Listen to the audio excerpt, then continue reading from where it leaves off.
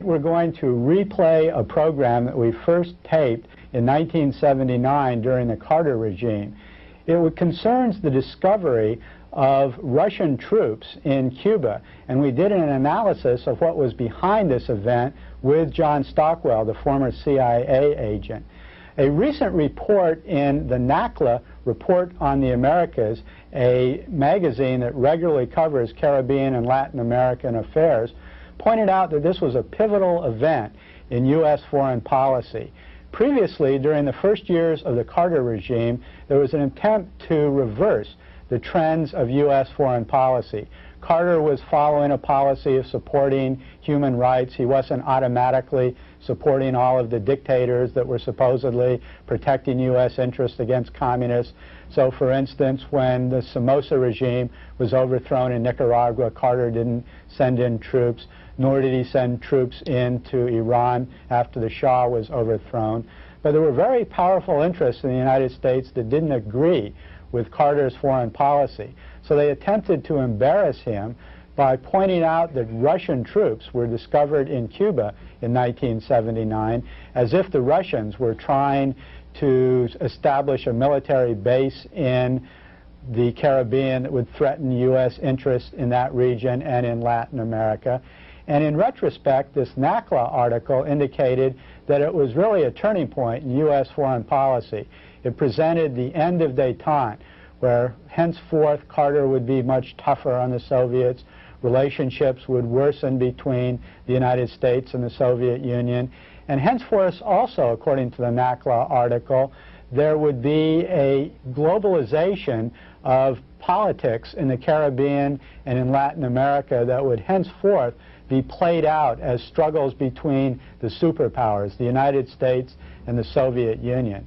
Well, we're very proud of this program that we did with John Stockwell, because at the very time that these events were going on, we were aware that this was a turning point in U.S. foreign policy, and we gave an explanation of what was really going on in Cuba, of why suddenly these Russian troops were discovered.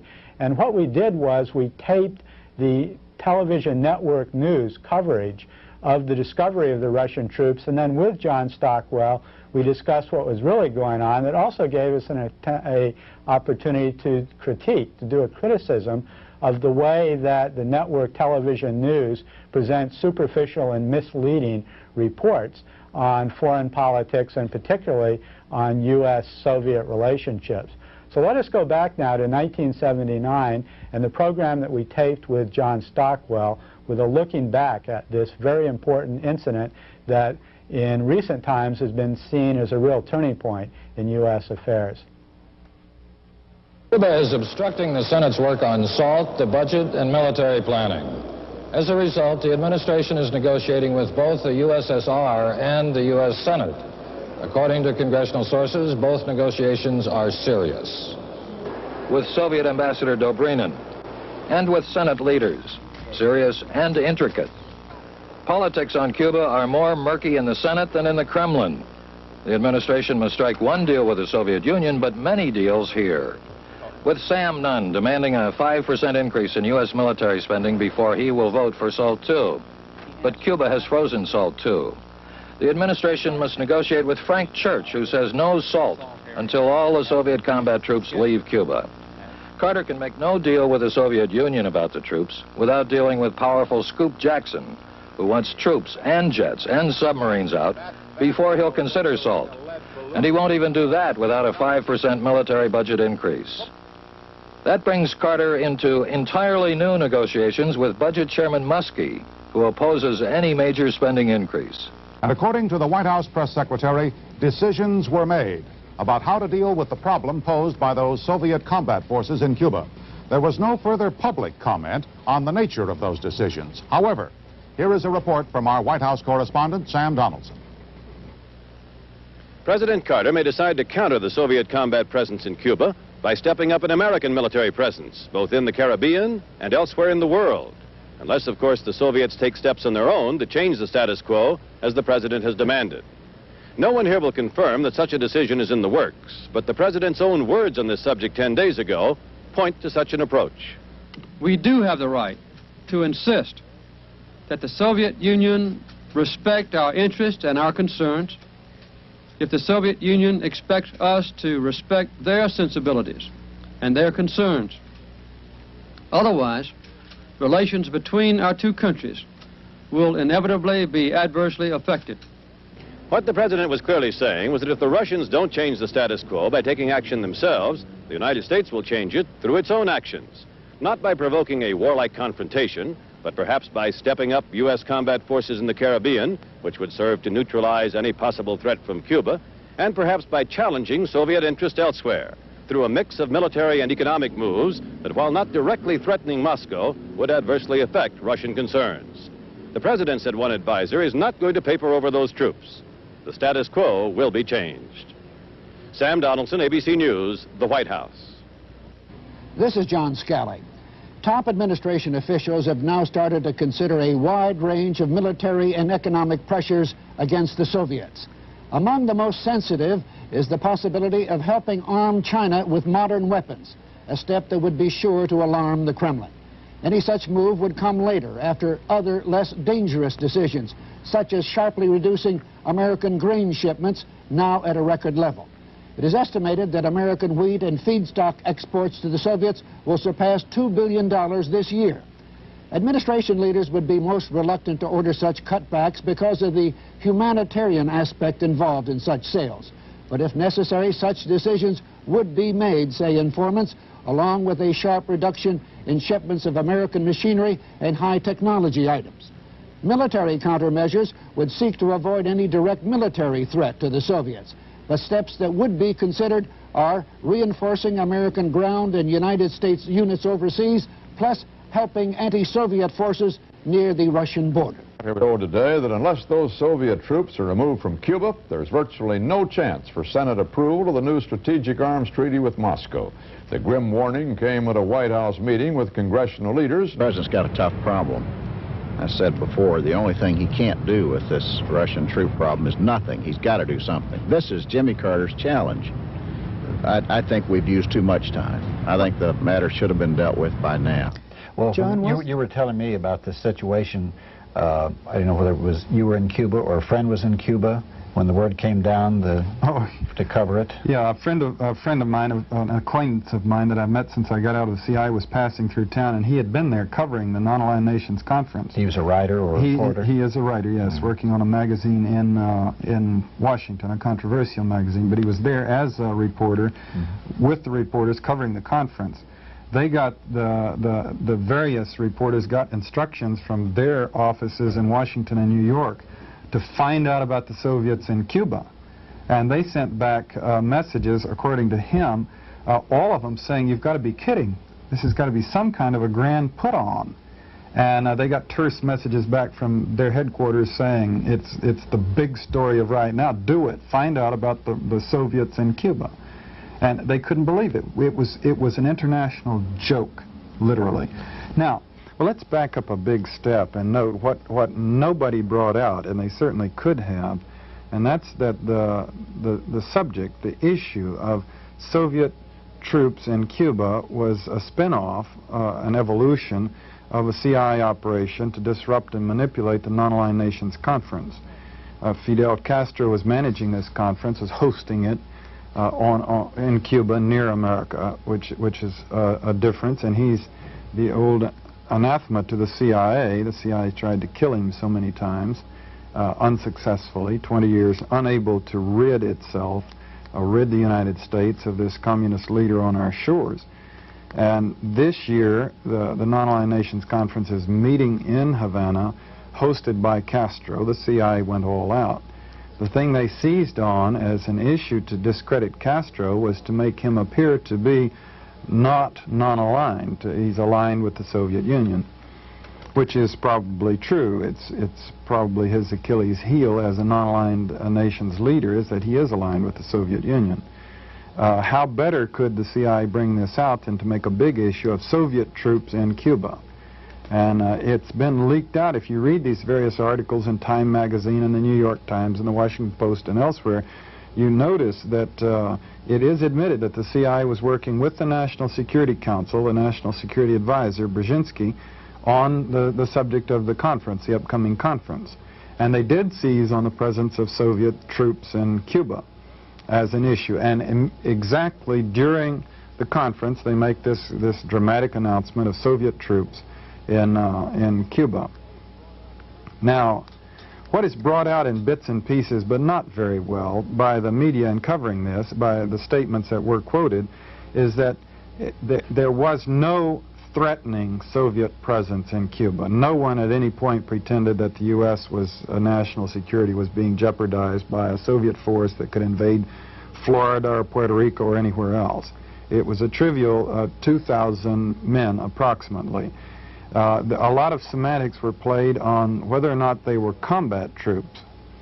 Well, I would react by saying that they were, in fact, combat troops, but combat troops are also instructors. So the Soviets may be telling the truth there, but they're infantry troops, but they are not assault troops. Even President Carter, in one of his speeches, admitted this.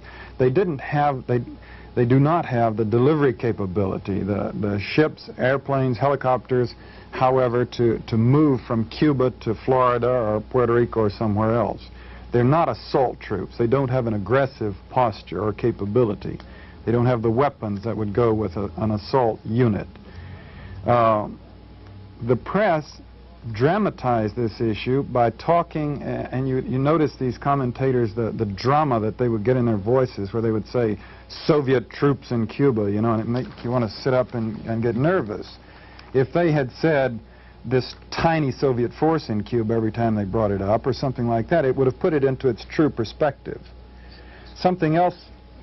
Well, John, do you think they manufactured the story then, that we've known that there have been Soviet troops in Cuba since 1962? Definitely. There was something like 40,000 troops at that time, and most were withdrawn, but there's been 2,000 or 3,000 troops there continually. The whole time, and Vance's, the Secretary of State's, the administration's first announcement of this as being an issue, objected to the status quo. He did not object to the introduction of Soviet troops into Cuba. He said the status quo is unacceptable, because he knew that the Soviets knew and the Cubans knew that we knew that they had been there the whole time. There was nothing new about this issue. The only thing that was new was the Non-Aligned Nations Conference happening.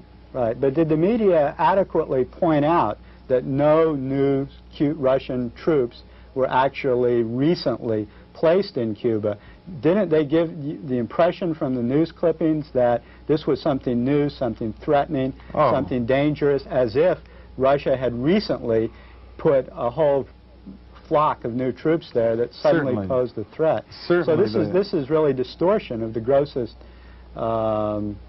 magnitude, because it's exercising the American people, it's jeopardizing SALT. Notice also that every one of the senators and other individuals that are quoted there has some major vested interest in making an issue out of this, except perhaps Senator Byrd. SALT won't go, said Church, unless the troops are out. And presidential hopeful Baker said he won't be able to remain silent if the troops aren't out soon. Now, he either has the guts to do something about it or he doesn't. There's no need to look at this as though it's a crisis. I was here in the 1962 crisis. I've been here in some pretty tense moments. But there's no crisis here. Scoop Jackson is the original hawk, always clamoring for more arms and a more dramatic U.S. military posture. Baker, of course, and Goldwater, traditionally critics of the Democratic administration. Baker with his own presidential aspirations. Both of them conservative, both of them looking for issues that they can stir it up to egg the administration on to challenge the Soviets. The Hawks were able to play this issue and to a situation which apparently is going to lead, has led, and is going to lead to an escalation of military activity in the Caribbean and greater defense spending. We now have in the press today 2,000 more U.S. Marines being put into Guantanamo Bay on Cuban soil, and other Marine military maneuvers in the Caribbean. It was a field day for the hawks. Dunn is another hawk. 5% military budget increase. Frank Church, of course, is a traditional liberal, but he's in jeopardy of losing his position in the new elections. His state, I believe it's Idaho, has turned conservative under him. And so he was back when this was launched. He was advised of it over a scrambled telephone while he was back in Idaho campaigning. And his reaction has been quoted abundantly, that he said, "I can't sit on this. I can't keep this secret. Soviets in Cuba, I've got to come out with it." And the answer from the administration was, "We realize that," meaning that obviously they called him while he was home, while he was on this ultra-conservative kick, to give him ammunition so he would bring it out and make an issue of it. Carter's objectives are fairly clear. At the point that non-crisis broke, he had never been lower in the polls. His political future was, and still is, very much in doubt. And he needed some issue that he could, some crisis, or preferably awful-sounding non-crisis, so that he could thump his chest and show how macho he is in handling this non-crisis, and so he did. But didn't this backfire in some ways against Carter because he wasn't able to effectively do anything about it? That is, he couldn't get the Russians to remove the troops, that it made him look weak again. Well, the networks made... this is what surprised me by looking at the coverage of it. The networks constantly made Carter look like a fool. The president sought counsel from the congressional delegation. To the distinguished Jacob Javits, Mr. Carter said, "What would you do?"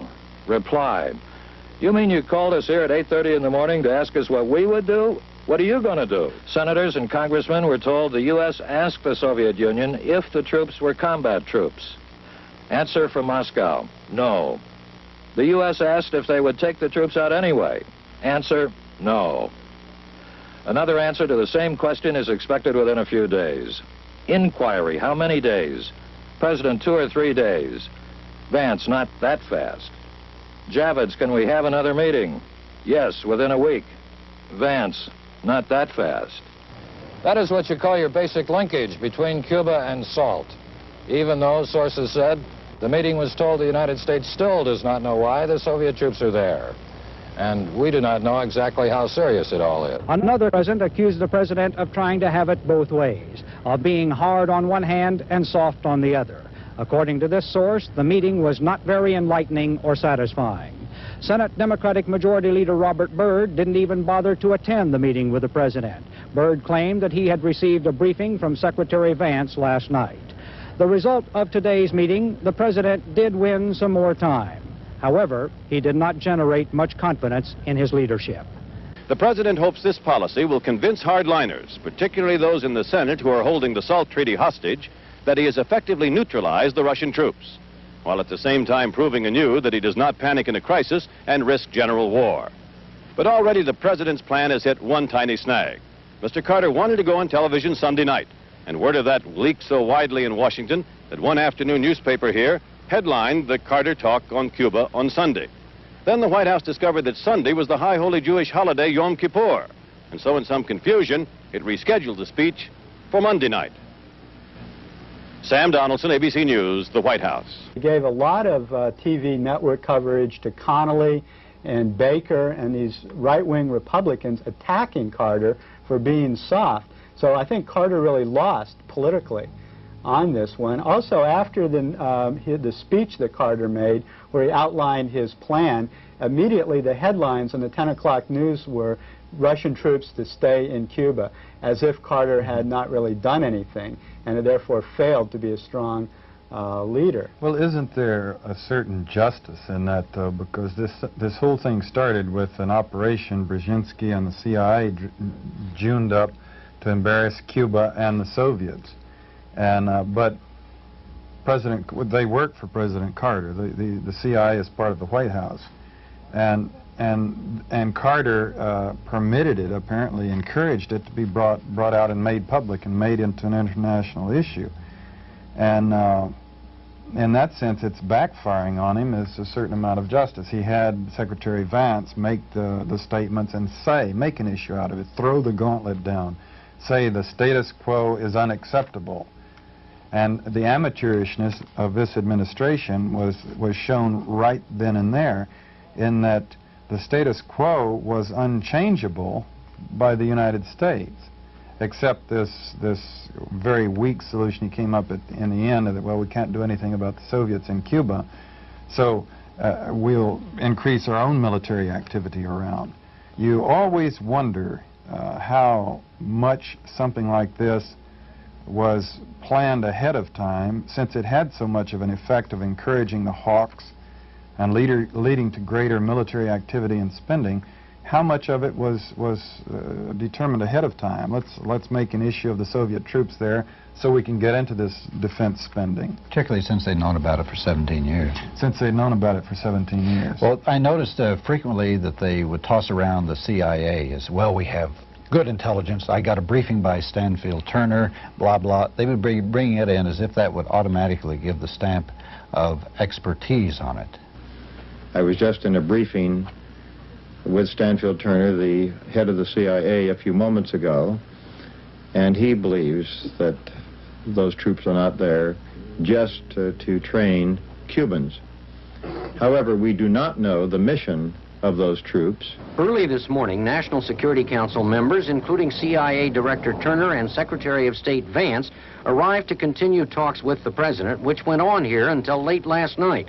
About Senator Baker's suggestion that the president now release intelligence photographs of the Soviet troops in Cuba, ABC News diplomatic correspondent Barry Dunsmore reports the State Department will oppose doing that while negotiations are still underway. But if the talks break down, release of the evidence might be a good idea.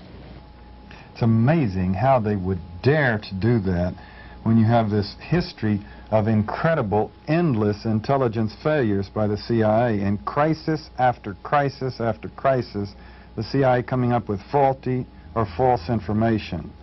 And for them to cite Stanfield Turner in a situation like this. Remember the last U.S.-Cuban confrontation where President Carter was calling President Castro a liar, and vice versa, was a year and a half ago at the time the Katangese invaded the Shaba. And President Carter said that we had intelligence that it was a Cuban operation. And Castro said it absolutely was not a Cuban operation, that it was Katangese and Cuba had nothing to do with it. And President Carter did much as they had there. He had CIA, the CIA had information proving it. Eventually, it was resolved by some senators going down to Havana and meeting with Castro at his invitation, and he convinced them that there was reasonable doubt. And they went back and demanded and were shown the CIA's intelligence. And the 17 senators walked out of that meeting and said it didn't prove the presence of Cuba behind that invasion at all. In other words, in yet another situation, President Carter was not telling the truth. He was misinformed and he was distorting the information, lying, if you will. And Fidel Castro was telling the truth. What amazes me, once again, is the absolute distortion of Gromyko's speech and the Russians' position. The Russians admitted they had troops there and that they'd been there for a long time. Gromyko said, this is a foolish put-up job and let's forget about it and get on with the business of salt. And yet then the senators would come and say, Gromyko's lying. Yes. He's an absolute liar. He called it like it was. Soviet Foreign Minister Andrei Gromyko today dismissed the American charge with a short, blunt demand, forget it. In his speech to the United Nations General Assembly, Mr. Gromyko said it was all part of a campaign to spread lies about the policies of Cuba and the Soviet Union. But the truth is that this propaganda is totally without foundation in reality. And our advice on this score is simple. It is high time that you honestly admit that this whole matter is artificial and proclaim it to be closed. Although Mr. Gromyko did not even mention the presence of Soviet troops in Cuba, it was clear this is what he was talking about. Just 2 weeks ago, the Soviet Union admitted it does have troops in Cuba, but only to train the Cubans in Soviet military hardware, that their duties and numbers have not changed in 17 years, and that any charges that organized Soviet combat units have arrived in Cuba are totally groundless. And Mr. Gromyko insisted that there's no reason for concern. The Soviet Union and other countries of the socialist community have never threatened anybody, nor are they threatening anybody now. This is Lou Cioffi, ABC News at the United Nations. This is Ann Compton at the Capitol, where senators who have seen American intelligence photos say Gromyko is lying. I'm astonished. There is simply no basis for doubting that the Soviet Union, that the Russians have a fully equipped, fully manned combat brigade in Cuba. I would hope that the president now would consider releasing the very, very reliable intelligence data we have, including aerial and satellite photography, to conclusively show that there are Russian combat troops in Cuba. Each senator pointed out that Gromyko was involved in another Cuban dispute, the 1962 missile crisis. I think the president really has to be firm in this and just remind the American people that this is the same Mr. Gromyko who lied about missiles. And he was caught red-handed, and I regret that Mr. Gromyko has seen fit to state a bald-faced lie. That's what it is. Gromyko's intervention has had a chilling effect on the Strategic Arms Treaty with the Soviets. A growing number of senators, including the man in control of the treaty, Foreign Relations Chairman Frank Church, say that unless the president can soon certify that the Russian combat forces have been dismantled, the SALT treaty will be put on ice. It was not a good day today for the United States at the United Nations. Because lying. Yes. He's an absolute liar. He called it like it was. He said that they were there. He said they were not assault troops, but they were there for training. And certainly we have troops all over the world that are there to help install and train and use our military equipment, the hardware we've installed. We had for many years this huge unit in Addis Ababa. We have, of course, 5,000 troops on the Soviet border in Turkey. These troops have no capability of invading Russia, for heaven's sake, but they are combat troops.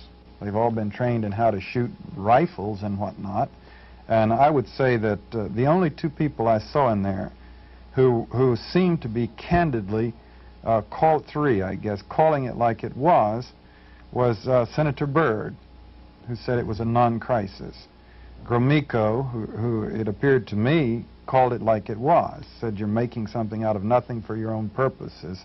And then Fidel Castro, also calling it like it was. And Andrew Young, also. And Andrew Young, yes. Y que nosotros llamamos centro de instrucción. And which we call training center. Está en Cuba desde hace 17 años. Has been in Cuba for the past 17 years. Esa instalación militar Now then, that military facility fue creada al final de la crisis de octubre de 1960. was established at the end of the October crisis in 1962. In 1962. Conforme al espíritu de los acuerdos In conformity with the spirit of the de agreements octubre de ese año signed on October of that year.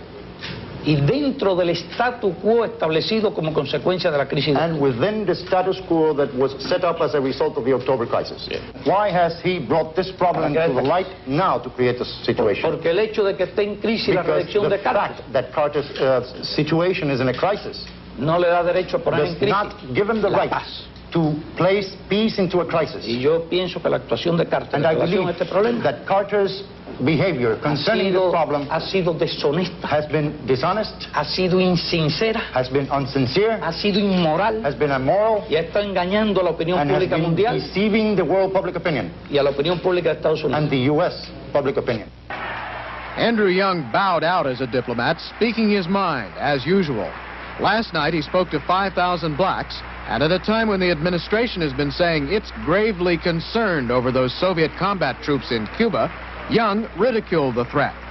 If the Russians made a move against us, our defenses are strong enough to ignore and wipe out and obliterate some 3,000 Russians in Cuba. What the hell can they do to the United States of America?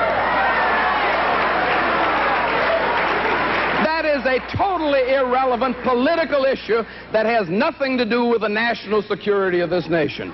More relevant, Young said, is inflation and unemployment, more of a threat than troops in Cuba. Then Young philosophized about what he thinks is wrong with foreign policy.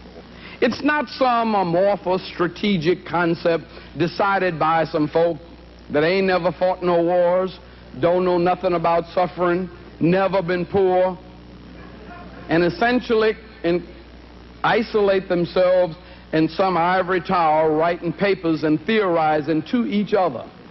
Those are the folk. Those essentially are the folk that have created the mess that the world is now in. Andrew Young's beautiful comment. And the other people, wow. John, don't you think that the network news is irresponsible in failing to give this broader context for this story and leaving out the fact that this was a story based on leaks that really gave no new information, and the way they played this up night after night and gave all these hawks such a pervasive coverage? You know, our enemies overseas, we talk about communist censorship of the press. And the communists talk about our censorship of the press, or our press working for the government. And as we sit here, we find this an incredible charge from the communists, because we know that we have freedom of the press. You can go out and start a newspaper with a mimeograph machine and print more or less what you want, and you probably won't be eliminated the next day by the FBI, although that has been known to happen. But the fact is that while you can't claim plausibly, and I wouldn't, that the New York Times or the Washington Post or Time Magazine or Newsweek, the biggies, are actually controlled by the administration, not in the sense of the administration calling them up and saying, here's our line on this issue, everybody do it. The press plays directly into the hands of the administration. It's the voice of a given administration. The press has gotten us into incredible situations in the world, devastating situations in the world, such as the Vietnam War. If the Vietnam War, if the press had been conscientious in nailing the administration on its lies and distortions during the Vietnam War, during the buildup of the Vietnam War, it never would have happened. If they had balked then, if they had had interviews with people and then had someone come on afterwards saying, unfortunately, that all of that's untrue. See, the press tries, it claims it presents the facts.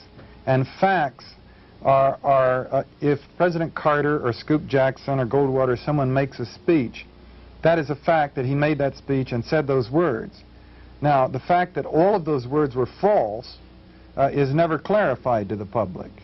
So the administration can use the press to put out whatever it wants to on a given situation, and the press will play along for the sense of drama, as they say, to sell newspapers. So you have crises like this that could never have existed if the press had nailed them at the outset and said, this is nonsense, it's a non-crisis.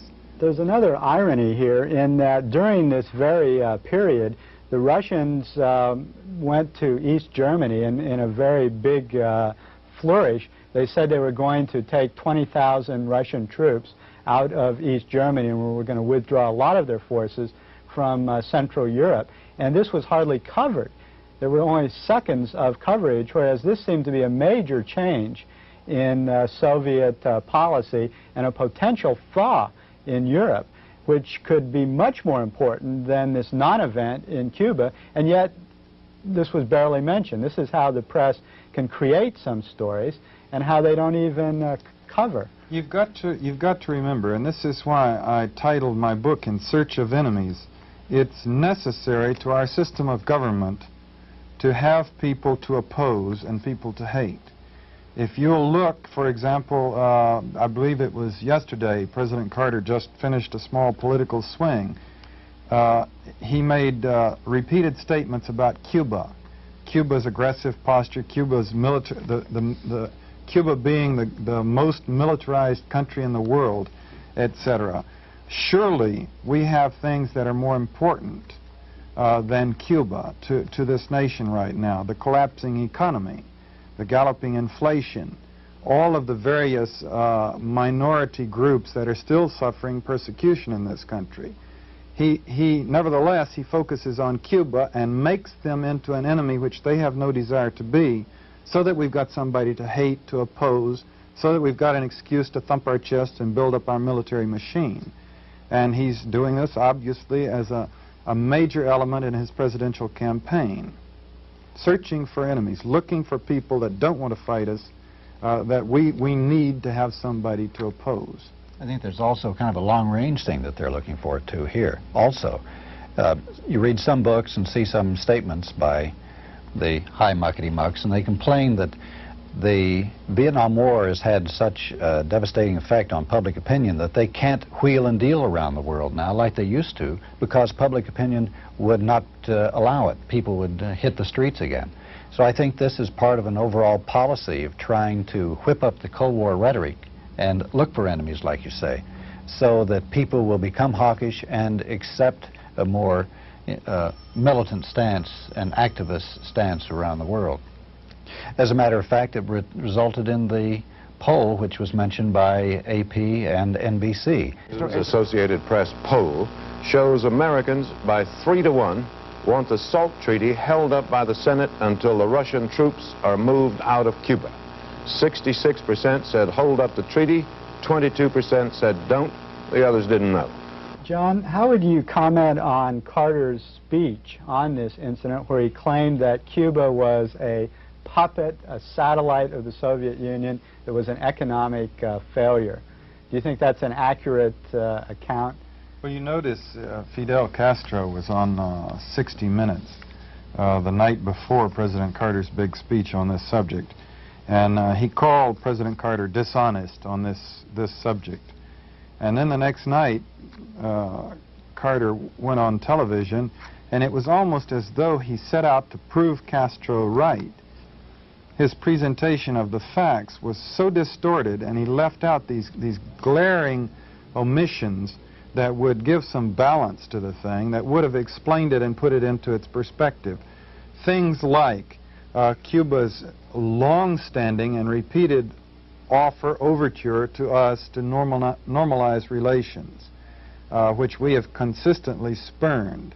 The presence, he did not mention the presence of our Marine Corps base on Cuban soil. Now, mind you, if the Soviets had troops on U.S. soil or Cuban troops on U.S. soil, it would be a different thing, but we actually maintain a Marine Corps base on Cuban soil. He made a big thing out of Cuba's dependency, economic dependency on the Soviet Union, and he called it Cuba the economic failure of communism. He didn't point out that we've had a 20-year economic war against Cuba, that it's a long ways from Russia and it's very close to us. This war has included, of course, the assassination attempts on the leader and the propaganda efforts to disrupt the morale of the country. But aside from all that, projects to destroy their sugar crops. And Cuba is almost totally dependent on its sugar, for one thing. A blockade of Cuba for many, many years. Embargo on the sale of many things to Cuba.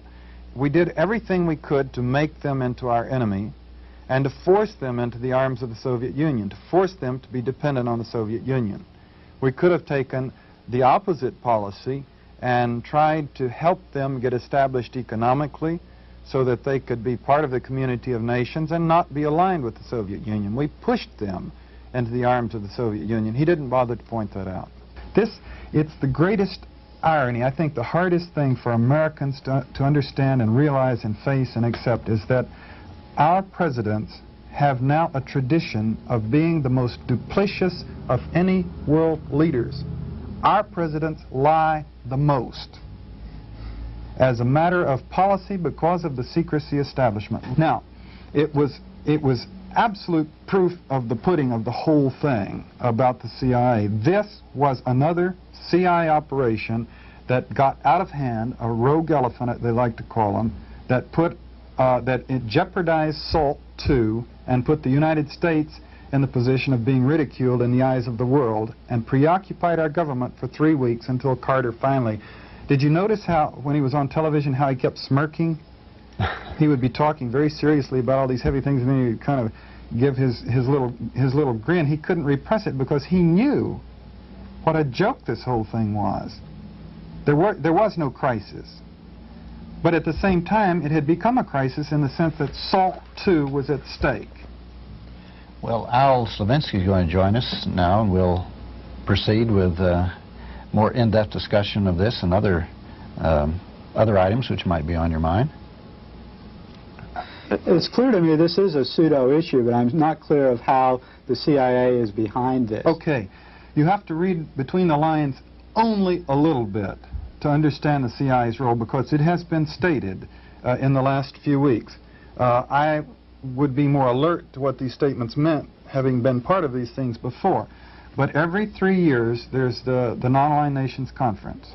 And every 3 years, 9 months before the conference, the CIA mounts a massive operation to discredit, disrupt, and manipulate this conference. In 1970, the big issue was China was trying to get into the United Nations. And we were leaning in the direction of talking directly to China. But the thrust of the Non-Aligned Nations Conference operation was to get all of the delegates possible to oppose endorsing the entry of China into the United Nations.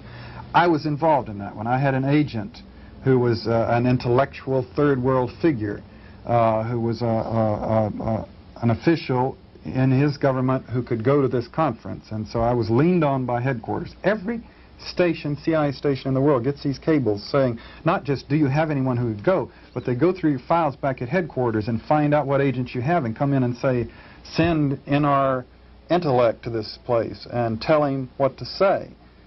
And I got out my agent and leaned on him and said, this is the line you've got to take vis-a-vis China.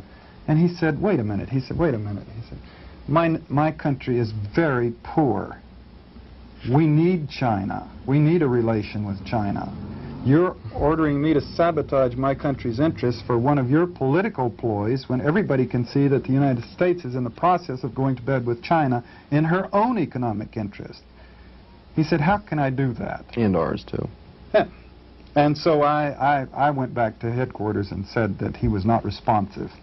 And so they sort of put an X on how well he stood as a disciplined agent and wrote, little things about, I didn't have complete control of all my agents. Well, we shouldn't really dismiss the Cuban thing as being a Mickey Mouse situation. Well, because here's what happened. There's going to be an increase in defense spending because of it. There's going to be increased military presence. It has turned out it's a tempest in a teapot, but it jeopardized SALT. I think that'll blow over and people will get over that. But it has wound up when we were moving in the direction of support for SALT and a reduction of strategic weapons and military posturing. That's what these treaties should be about.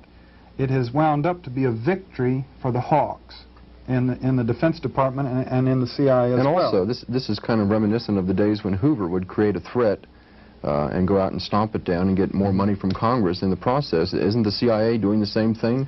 Exactly, although I don't, knowing them as I feel I do, as I did and I believe I still do, I don't think that they have enough mind about, there's enough of an intellect driving what they do.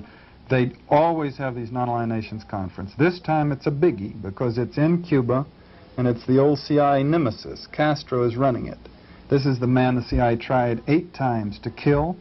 He's tried to destroy Cuba's sugar crops and whatnot. The CIA's forced him to be totally dependent on the Soviet Union economically. And he has stuck his finger in the CIA's eye over the years, time and time again, and gotten away with it. And he's doing it again 90 miles from our own shores.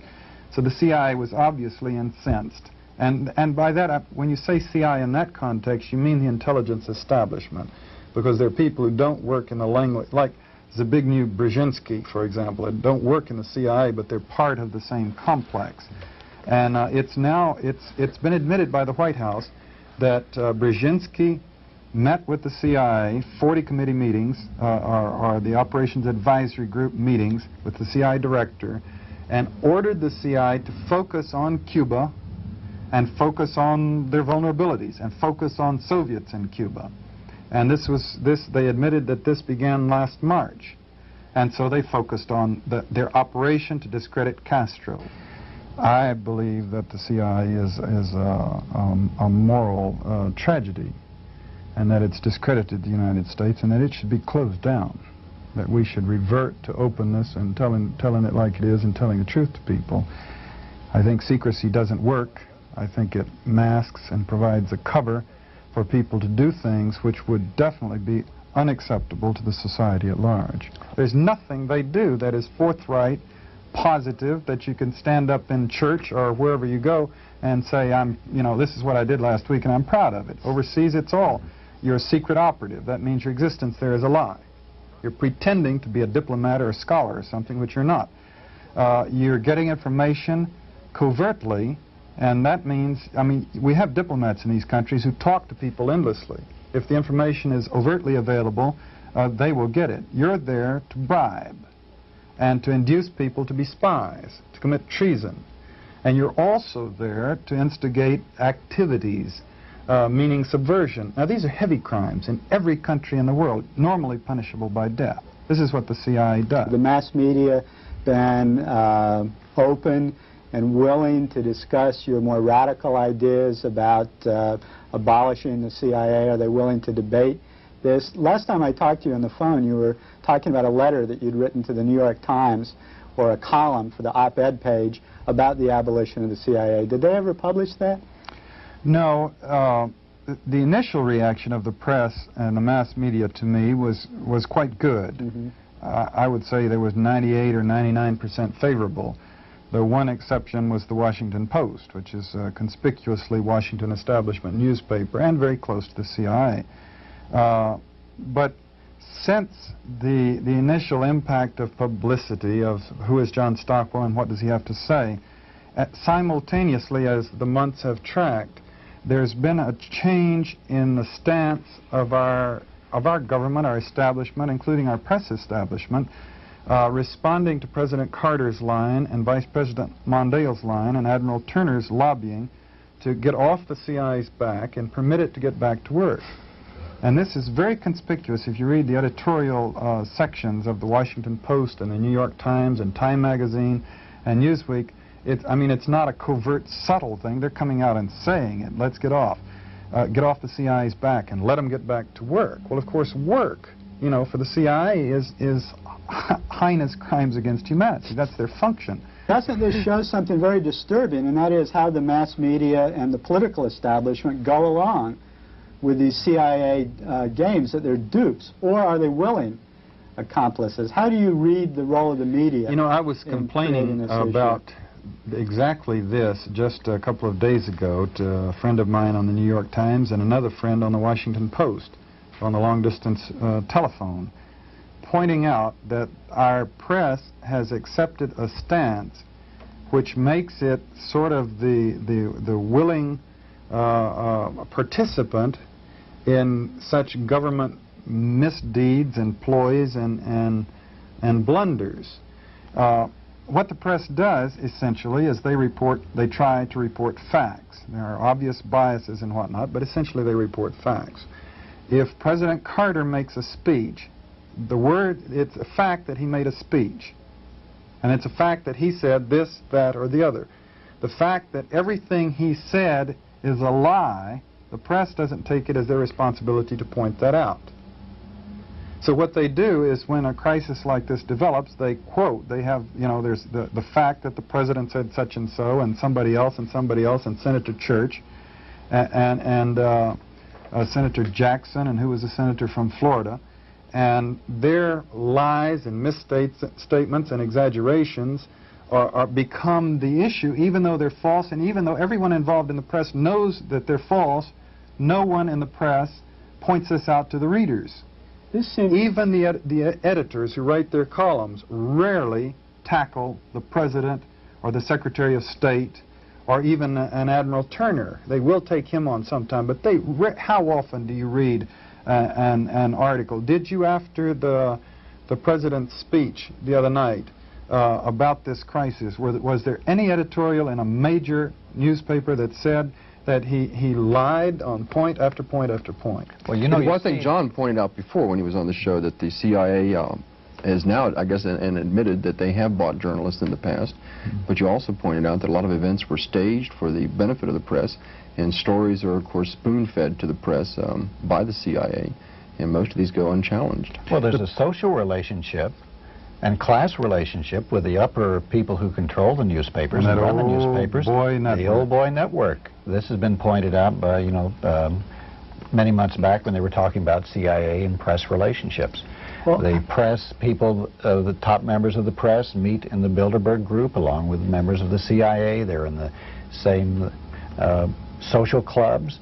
They know each other on a personal basis, so naturally there's going to be a relationship. And what evolves is, the end result of all this is that the CIA's existence in the 50s and the 60s, when it galloped it got so far out of line, drug sex experiments on unwitting American guinea pigs, assassination attempts of world leaders. Some successful. Some successful, and many, many crimes that you can only describe as depraved, and Vietnam War, and the Angola War, and coups, and these things were permissible. This evolution of this organization was possible only with the indulgence of the press. If the press had been alert, had been smoking this organization out, had been reporting that the CIA is doing this, that, and the other, it could never have gotten by with it. This is my big disappointment now, is to see the nation, the establishment turning, and the press establishment. This is what I said over the phone just yesterday, I think the last conversation was in this series of conversations, was just that we're heading right back where we were with the indulgence of the press. The press is cooperating with the government to put the CIA back in action just where it was. Mind you, we've gone through all of these exposures of 1975 and 76, and the CIA's charter has actually been expanded in the last 3 years since then. Well, John, you were talking about the press and the fact that they have not performed this watchdog function, even when they have the opportunity, such as your letter to the New York Times. Tell us about that. Well, there've been a couple. I don't have the time to spend a lot of time writing all the letters that occur to me, obviously. I think we all have that syndrome of reading something and say, boy, I'd like to answer that myself. And occasionally I read something and I really do feel like I have something valid to say. But last year I got a call from an editor of the New York Times who said that they had run an article from Congressman Stratton, a letter, calling for a stronger, expanded CIA, and deploring the fact that the nation was weak because the CIA was in trouble. It was broken down. They had run a letter from Admiral Turner saying, don't worry about it. We need help. We need your support, but we're still out there pitching, so don't worry about it too much, but give us your help. And this guy, who's, I believe, mind and heart are pretty honest and pretty much in the right place, called me and he said, we got to have somebody come in and say, wait a minute, you know, the other side of that is calling for a closure of the CIA, and so why don't you write that one, Stockwell? And I spent 3 weeks. I didn't do anything else. I wrote this thing and I rewrote it. I talked to him on the phone. I rewrote it. I rewrote it. I rewrote it. I rewrote it, and they never ran it. Did they ever tell you why? I talked to him endlessly, but essentially it boiled down. At the end, he quit returning my phone calls because he was getting embarrassed, because essentially the one editor comes up with an article he likes and he shops it around the other editors, and if they all sort of agree, it gets momentum going until the boss says, okay, let's run with it. And he couldn't get the momentum. They just weren't going to run an article that was anti-CIA, and they did not. And my own experience, by the way, in dealing with the New York Times that time and 3 other occasions, and dealing with the Washington Post, where I've also published, is that the New York Times is at least 10 times as enlightened as the Washington Post. Well, this most recent letter, which you wrote to the New York Times, also reveals the same type of thinking. You wrote to them about the Cuban situation, did you not? Yes, I wrote to them about the Cuban situation, and I must admit this time I was wiser and more experienced, and also the editor that I was talking to was quite candid with me and quite straightforward.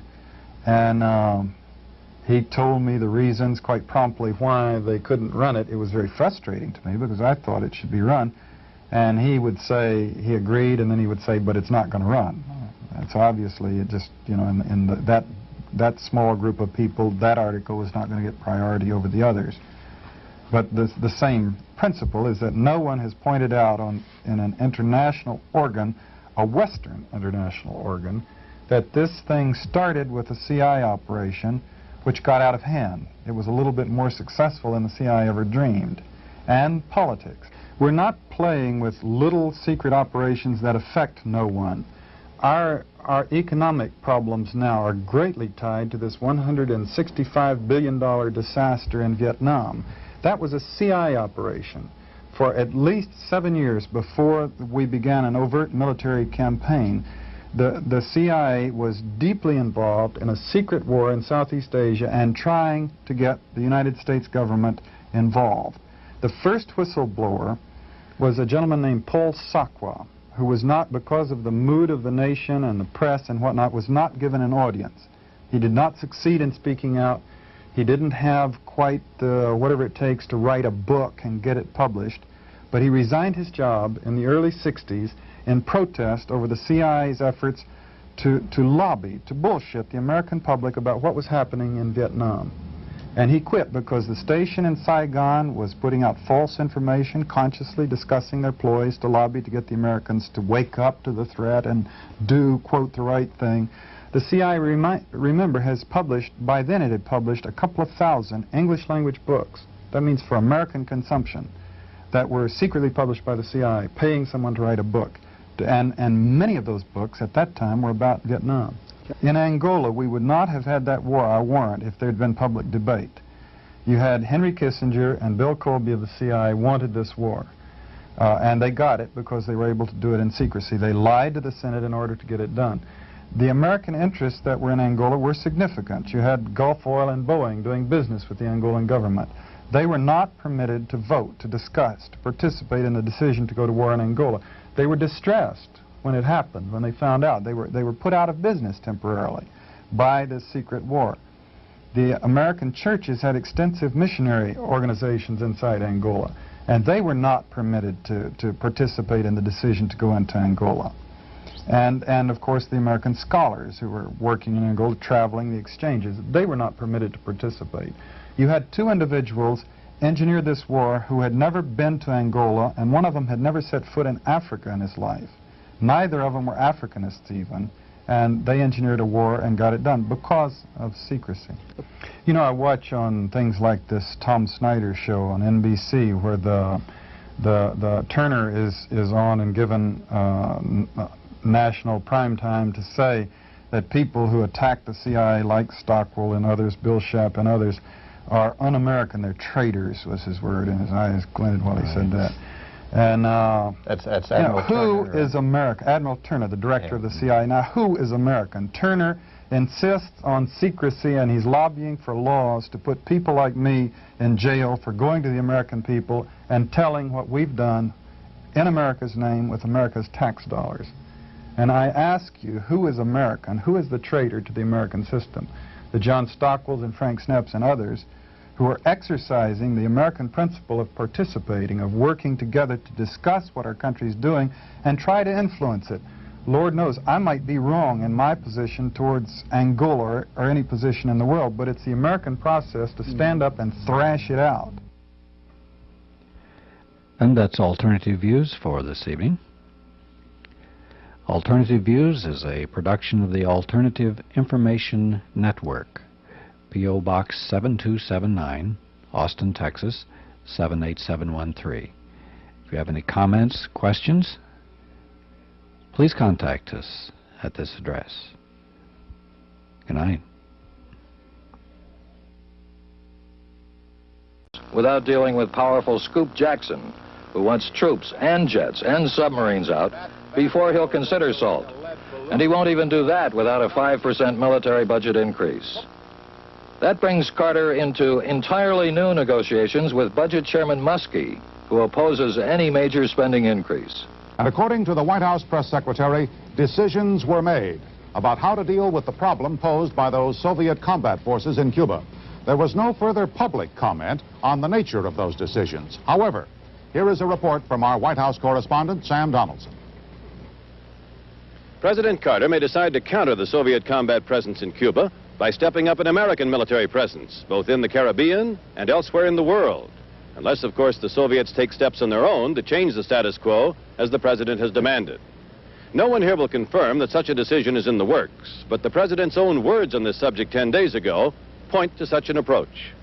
We do have the right to insist that the Soviet Union respect our interests and our concerns. If the Soviet Union expects us to respect their sensibilities and their concerns, otherwise, relations between our two countries will inevitably be adversely affected. What the president was clearly saying was that if the Russians don't change the status quo by taking action themselves, the United States will change it through its own actions, not by provoking a warlike confrontation, but perhaps by stepping up U.S. combat forces in the Caribbean, which would serve to neutralize any possible threat from Cuba, and perhaps by challenging Soviet interest elsewhere, through a mix of military and economic moves that, while not directly threatening Moscow, would adversely affect Russian concerns. The president, said one advisor, is not going to paper over those troops. The status quo will be changed. Sam Donaldson, ABC News, the White House. This is John Scali. Top administration officials have now started to consider a wide range of military and economic pressures against the Soviets. Among the most sensitive is the possibility of helping arm China with modern weapons, a step that would be sure to alarm the Kremlin. Any such move would come later, after other less dangerous decisions, such as sharply reducing American grain shipments, now at a record level.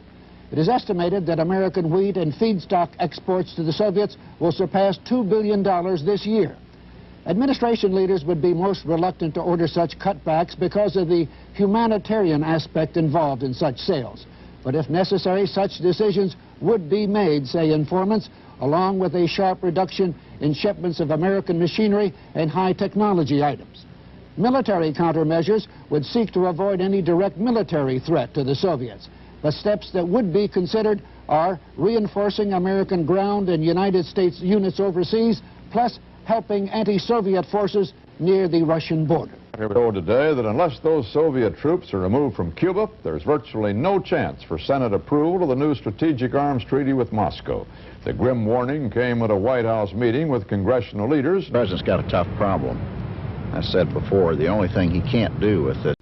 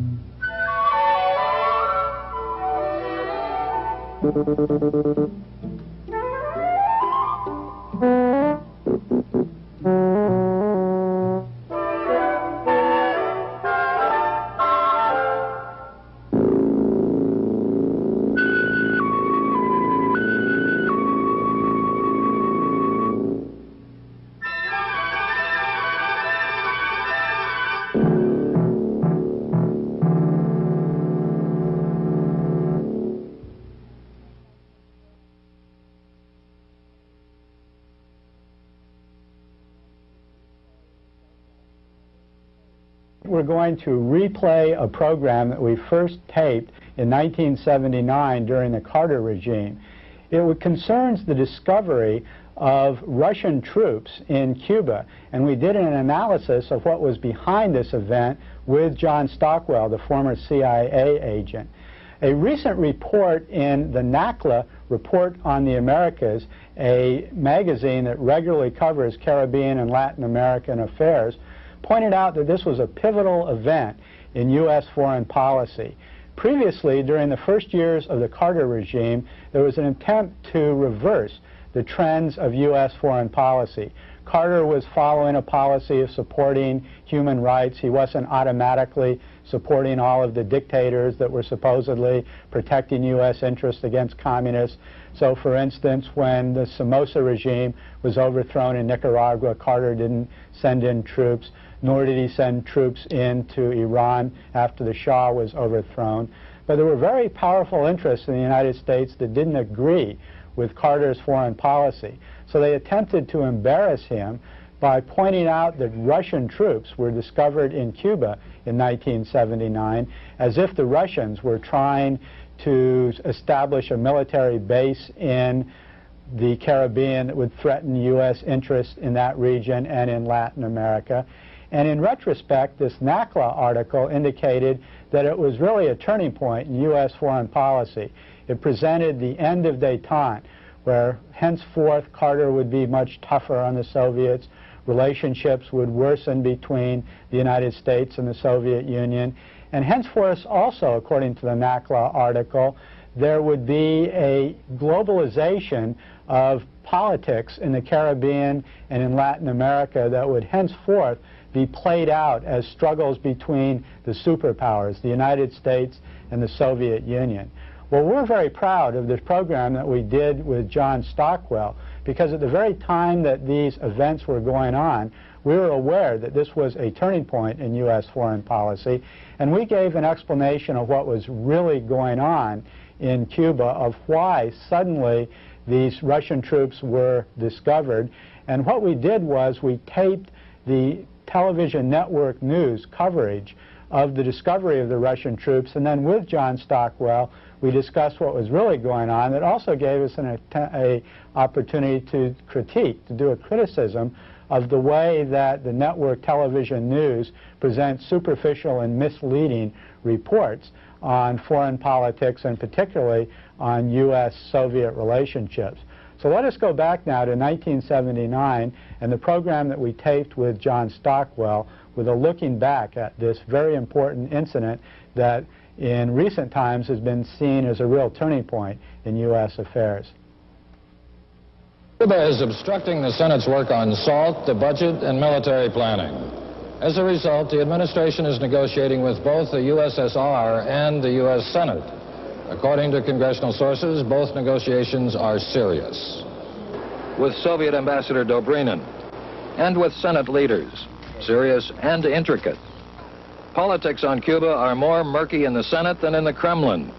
The administration must strike one deal with the Soviet Union, but many deals here. With Sam Nunn demanding a 5% increase in U.S. military spending before he will vote for SALT II. But Cuba has frozen SALT II. The administration must negotiate with Frank Church, who says no SALT until all the Soviet combat troops leave Cuba. Carter can make no deal with the Soviet Union about the troops.